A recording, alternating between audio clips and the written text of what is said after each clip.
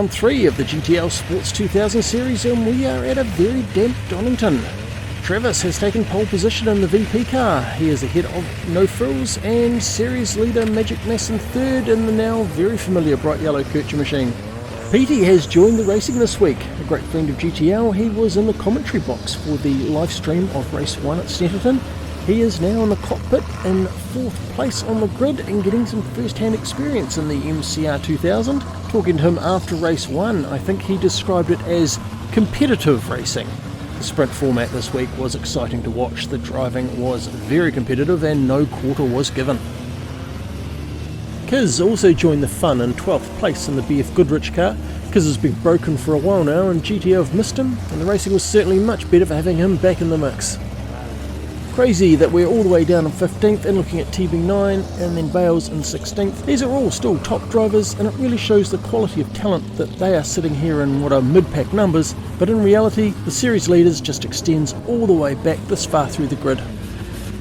Zach 18, Wagon, Illicit, Mark H and Truey completes our grid, 24 drivers, all a bit nervous about how the wet weather will affect the available grip, especially as the racing gets going, but the problem was not so much grip as visibility, as you are about to see.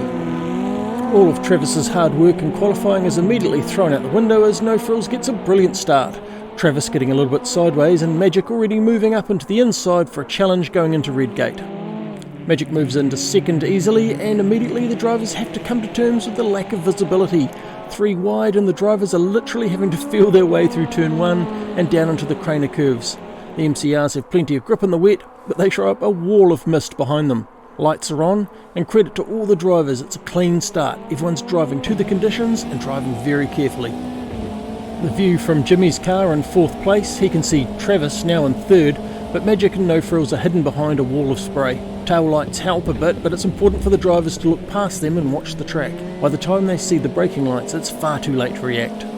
The view from Travis's car looking back, and it's a long string of 24 sets of headlights. Some of these guys are almost racing blind, especially down the back.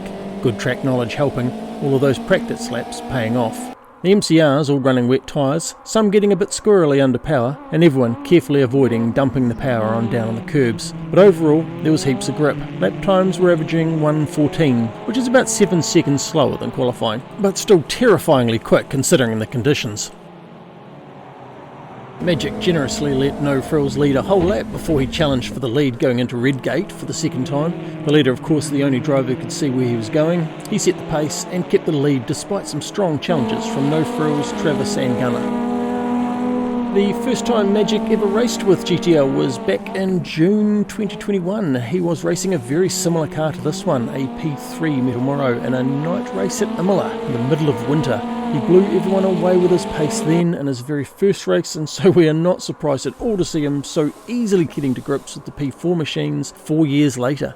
Magic has won a fair share of races with GTL, but has not yet won a series. This wet race at Donington will now be 4 out of 4 in the Sports 2000 series, and this clearly could be his opportunity to finally get himself some of those sweet, sweet victory Tim Tams that he has been watching everyone else eat for all of these years. Just have a watch of how hard Gunner is working the wheel as he chases Travis through McLean's. The car is right on the edge of grip, he's close enough to get aero buffeting, and he can't see much more than Travis's taillights. Gunner is a GTL original and one of the very best drivers in the group. The only reason he does not win more than he already does is because he suffers from an affliction called shift work, meaning he misses at least 1 race per series. The day he is promoted and works regular hours is probably the day most of the other drivers will give up. Gunner missed last week's race at Alton Park and has come back this week to these conditions, and he's probably wishing he was safe and warm back at work. Last lap and Travis is defending second place from Jimmy Ricard and conditions have not improved at all. Everyone is pushing hard and we see a rare mistake from Jimmy, the wet curbs taking another scalp. This is not easy racing. There was a fine line between fast and too fast and several drivers suffered the same fate. No safety cars and no major incidents. Intense concentration required to race in these conditions meant that every movement had to be perfect. But despite this, the racing was excellent. Here No Frills chases Eski down through the Craner curves and Petey is only just a fraction ahead of them both. You can see No Frills trying to get off the normal racing line, which has less grip in these conditions, braking on the rougher, less used surface. And then, for the final time through Goddard S's, Eski makes a Hail Mary dive on Petey for 5th position. He is hard on the brakes. Magic is taking the checkers 100 metres ahead of them, then Travis, then Gunner for 3rd. Petey gets a much faster exit and fights back as they drag race for the line. Eski taking 5th place by half an MCR length. Great racing.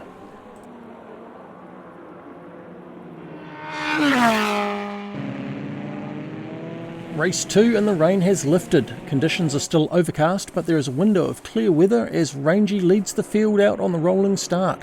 Race 2 is a top 10 reverse grid, so Magic is sitting back in 10th place, Travis in 9th. A lot of pressure on the top 10 and only 25 minutes of racing to make as many places as possible. And it is 4 wide into turn 1. Magic makes a huge lunge down in the inside, going from 10th to 3rd into Redgate. So much for you can't win a race, lap 1, turn 1. But it is a clean start, there is no contact. Rangy and Cuckoo side by side down through the Craner curves, Magic tucked up behind them, great racing for 1st place. But Rangy has the best line for the high compression turn 4 at the bottom of the hill. Magic and Cuckoo touch and Magic spins turn 4. Looks like Magic was a bit squirrely under brakes, some might say he was a bit greedy there and has paid the price for it. The series leader Magic, 10th to 3rd to 22nd, all in just 4 corners. Maybe there is something in the old racing proverb, take your time and let the race come to you after all.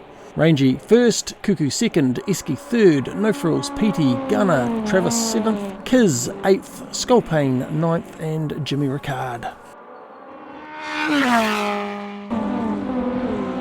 Travis hounding Gunner for 5th position. Travis started in 9th place after a really solid drive in Sprint 1. Travis came into round 3 in 9th place overall, but his 2nd place in the first sprint has pushed him up to 6 on the leaderboard, and he knows that another good finish in Sprint 2 will do his series well. Travis will have seen Magic fall off the track in lap 1, and all the front runners will know that this will help them close the gap.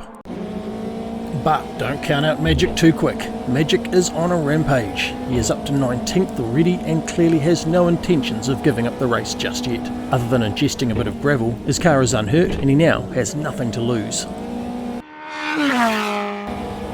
Jimmy Ricard in 9th place chasing Kiz through the Goddard chicane. Jimmy came to Donington in 2nd overall on the leaderboard, and despite a spin in the rain, he will achieve a great result today with a 4th and a 3rd placings in these sprints. Meanwhile, Magic blasts past Barron for 15th place at the old hairpin. You can see that Magic is driving on the very ragged edge. It's risky driving, but it might just be worth it. Jimmy passes Petey on lap 5 for 7th place, while Eski hangs off the back of Petey's gearbox. This is an entirely different racing from last week in the Enduro round at Alton. Drivers are pushier and more aggressive. There is limited time to make moves and drivers are taking every opportunity. This battle for 6th place is brutal, with Jimmy, Eski, Petey and Kiz swapping positions several times. And for the 3rd time in a row they go 3 wide into Redgate. The spectators will have loved watching this battle unfold.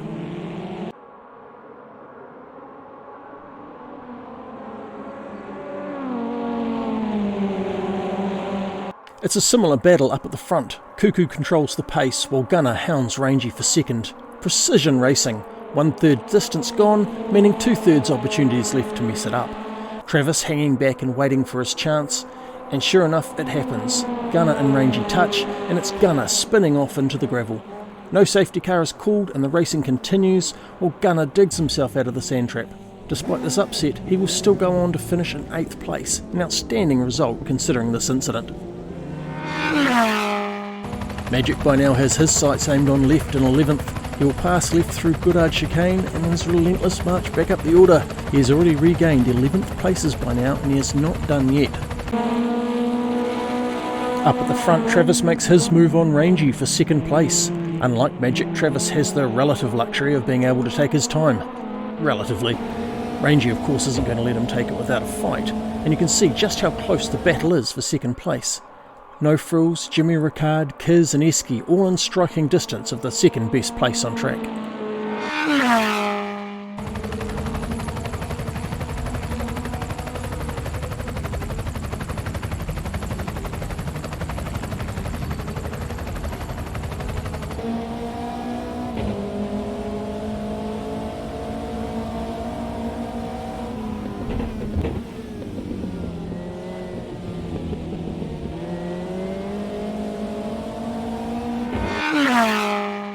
Kiz leading Eski and PD. Kiz only in his second race in the MCR, and he has very quickly learnt how to control this little race car. And if you look to the right of this shot, you'll see Magic Mass in the bright yellow Kircher car for the first time, closing in onto the back of this battle pack.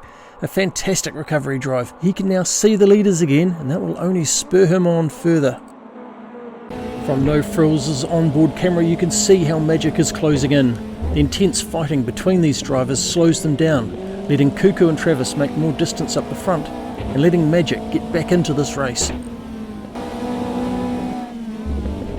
The view from Magic's car as Eski and PD go side by side through the Goodard chicane. Excellent racecraft, and back onto the main straight for the 13th time.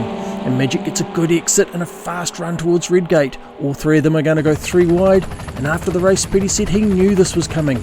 Magic forces PD wide and PD spins. Magic didn't make any friends with that move. When is aggressive driving just too aggressive? I guess the stewards will have to figure that one out. But for now, Magic is up to 7th place.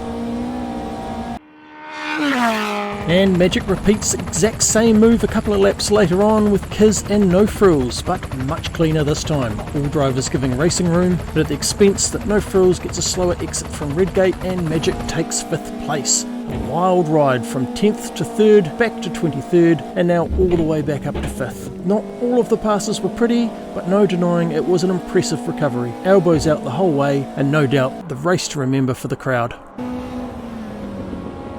And on the penultimate lap, Magic homes in on Rangy, taking his final position, finishing the race in 4th. This massive drive will keep Magic on top of the leaderboard, finishing round 3 with 146 points, provisionally pending the steward's review.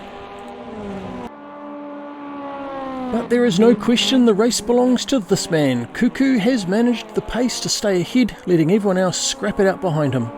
Travis closing in, but not able to unseat him from a well-deserved win. This result will earn Cuckoo 3rd place in the series, and a 2nd place in both races will take Travis up to 4th place overall. A huge result considering Travis arrived at Donington in 9th. Jimmy Ricard crosses the line in 3rd, which keeps him 2nd overall as GTL now packs up and heads to Brands Hatch for round 4 and the 2nd Enduro of the series. Thank you for joining GTL at Donington. Now on to round 4.